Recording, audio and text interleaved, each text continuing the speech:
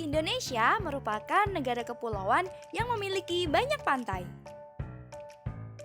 Oleh karena itu, tak heran jika kita sering melihat hutan mangrove di sebagian besar pantai Indonesia. Hutan mangrove inilah yang sekarang banyak dimanfaatkan sebagai ekowisata mangrove. Nah, salah satunya adalah hutan mangrove Karangsong. Hutan mangrove Karangsong terletak di Desa Karangsong, Indramayu, Jawa Barat. Hutan mangrove ini terbagi menjadi kawasan ekowisata seluas 20 hektar dan arboretum mangrove seluas 2,6 hektar. Wah, cukup luas ya. Kawasan ekowisata mangrove Karangsong dikelilingi oleh perairan, sehingga kita harus naik perahu untuk mencapainya. Setelah sampai di kawasan ekowisata, ada jalan yang panjang dan gardu pandang sebagai akses untuk kita berkeliling dan menikmati keindahan hutan mangrove Karangsong. Tahukah kamu apa itu arboretum mangrove? Arboretum mangrove adalah kawasan yang dipergunakan untuk pembelajaran dan penelitian berbagai jenis mangrove dan tanaman pantai lainnya. Nah, berbagai jenis tanaman di Arboretum Mangrove Karangsong ini berasal dari seluruh Indonesia.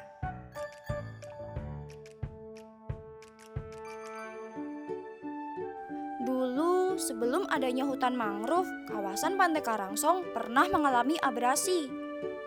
Eits, gimana ya abrasi bisa terjadi?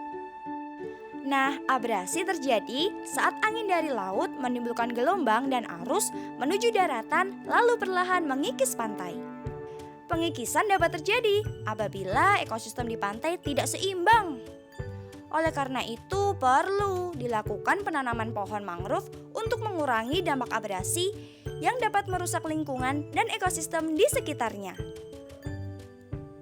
Karena abrasi yang dirasakan warga, pada tahun 2008 terbentuklah kelompok Pantai Lestari yang bertujuan untuk menanggulangi kerusakan di kawasan Pantai Karangsong. Dukungan juga didapatkan dari berbagai pihak peduli lingkungan, baik skala nasional maupun internasional.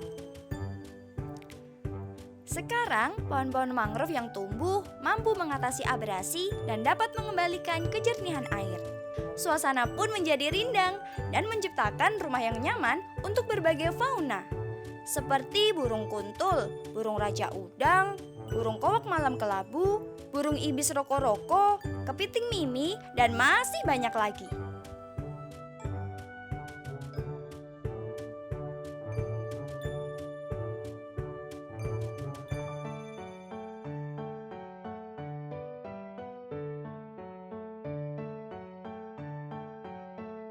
Selain itu, jenis mangrove sendiri cukup banyak loh. Di antaranya terbagi menjadi mangrove penunjang dan mangrove sejati. Bedanya, letak mangrove penunjang biasanya paling jauh dari pantai. Sedangkan mangrove sejati berada lebih dekat dengan bibir pantai.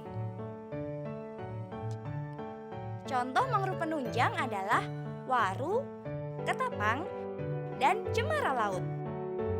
Nah, untuk mangrove sejati, contohnya api-api, bakau, pindada, bakau hitam, dan masih banyak lagi.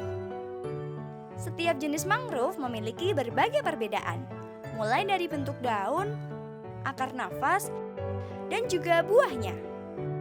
Sama seperti tanaman di darat, ternyata bibit mangrove juga memerlukan pupuk dan air untuk tumbuh besar. Bibit mangrove yang baru tumbuh memerlukan tiang penyangga agar tetap kuat untuk menahan arus air. Selain sebagai penghambat abrasi, pohon mangrove bisa dimanfaatkan menjadi berbagai macam obat tradisional dan olahan makanan.